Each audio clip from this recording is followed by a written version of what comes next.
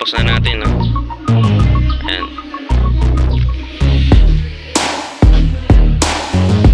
Ayan, no? So, makinis na siya.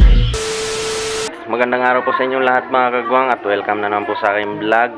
Ayan, so andito tayo ngayon sa bahay. Ayan. So, i-update ko lang kayo mga kagwang sa ginawa kong mga upuan. Ayan, so ito na siya. So, nabuo na natin yung 10. Yan. Ayan yung 3. Yan.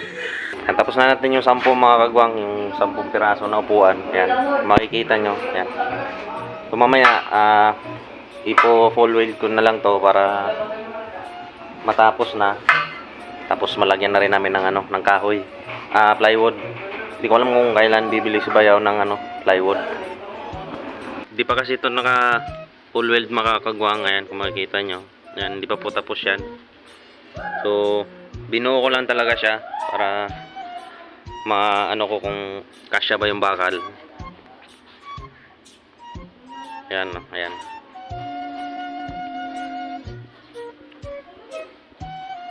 Tsaka maganda na rin yung mga kagwang, yung sabay-sabay ko na lang ipo-full weld, tapos sabay tatanggalin na lang tong mga iga-grinder na lang yung pinag-weldingan para maayos na siya. Tsaka yung ibang hindi ko pa natakpan. Yung last na gawa ko kahapon na 4. Yan, pero yung iba meron na. Yan. Itong 10 na to mga kagwang, yung ginawa ko na 10 piraso. Siguro may kasunod pa to. Di ko lang alam kung kailan. Dahil dalawa kasi yung shop ni Bayaw. Ayan. Isa dito. Ayan, isa dito. Saka isa dun sa taas. Kaya sabi niya papalitan din daw yun. Ko lang alam kung kailan.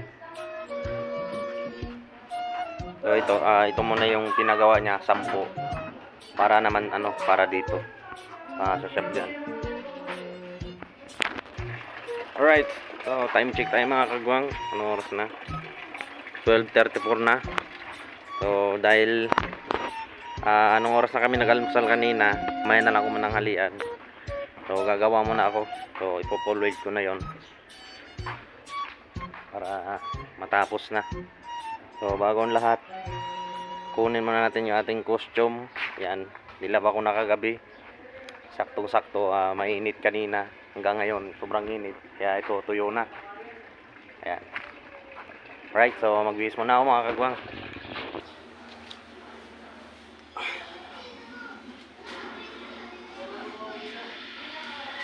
Bihis muna tayo mga kagwang.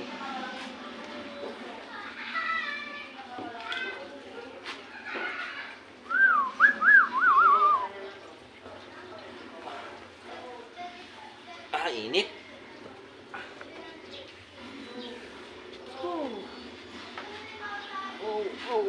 Ang iinit.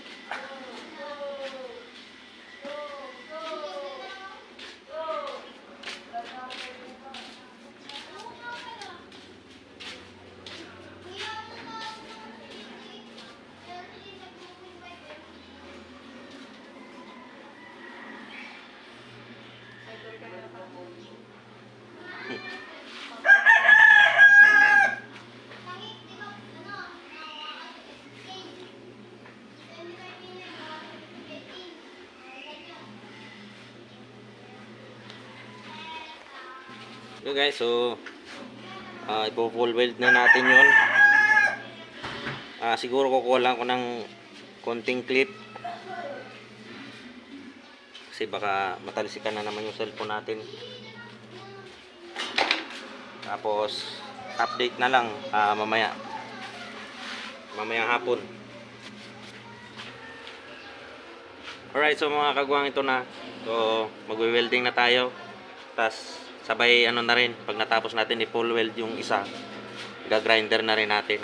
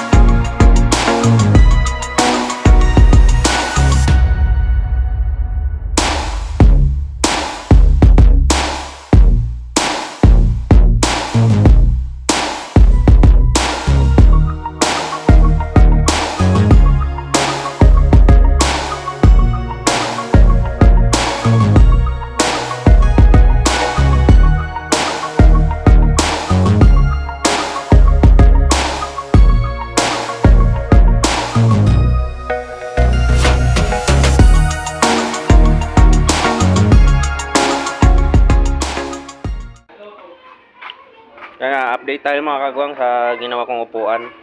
Yung pagpo-pole weld natin. Yan. So nakaisa pa lang tayo mga kagwang. Matagal kasi kapag we-welding ka pa tapos sabay ga-grinder. Matagal talaga matapos. Kaya ito, nakaisa pa lang tayo. Yan. Pasensya na mga kagwang, maingay. Marami kasing naglalaro dyan sa shop. Yan, so dahil anong oras na ba? So 55 na. So kain muna ako mga kagwang. So mamaya na lang. Alright, so kain muna tayo mga kagwang. Yan, ulam ko ngayon ay sinigang na pig. Sinigang na baboy. Kain muna tayo mga kagwang. Mamaya ko na itutuloy yung ginagawa ko pagkatapos kumain.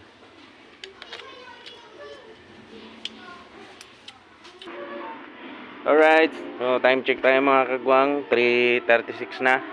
So kakatapos lang natin kumain. Napagpahinga na rin tayo. So ito, balik na naman tayo sa ating ginagawa. Yung pagpo-pole weld ng mga upuan. Ayan. So matagal talaga yung proseso nito mga kagwang dahil nga papakinisin mo pa, tatanggalin mo yung pinakano ng welding. Yan.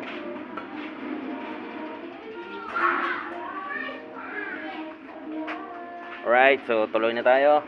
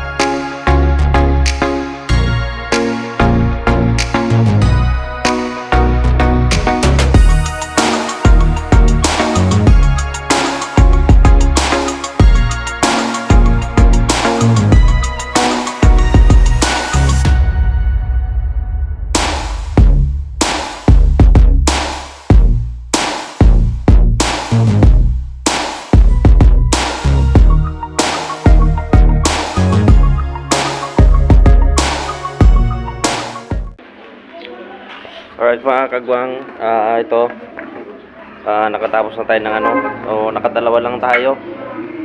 So ang oras natin ay mag-alas 5 na. So siguro tama na muna to. Bukas naman siguro pagka galing namin ng palengke, tsaka naman ako gagawa dito. Yan, so matagal talaga mga kagwang, nakadalawa lang ako. Ayan, so ito yung natapos na natin. Ayan. Ayan so makinis siya. So kahoy na lang ang kulang. So ito pa. Andito pa yung 8. Ayan.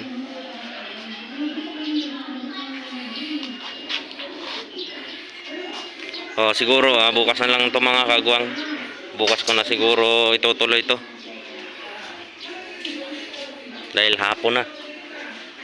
Mag-alas 5 na.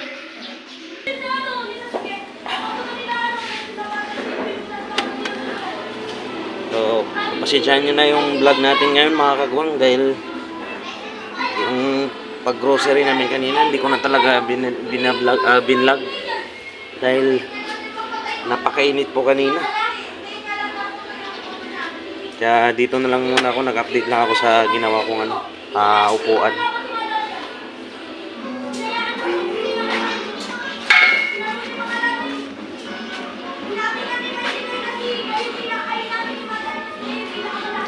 Ayan, so bukas ko na lang ito itutuloy mga kagwang. Magliligpit na lang ako ng gamit dahil hapon na rin para makapagpahinga na. Yan, so magliligpit muna ako mga kagwang.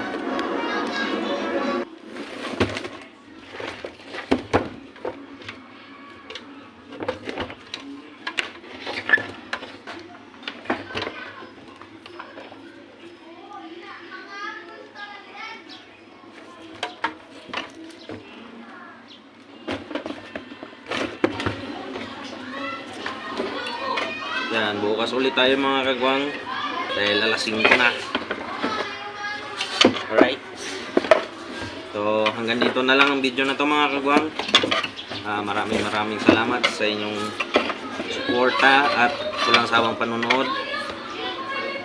Maraming salamat sa inyo, lalo na sa mga bagong subscribers dyan. Mga silent viewers, maraming salamat. Mag-ingat po kayong lahat. God bless po sa inyo.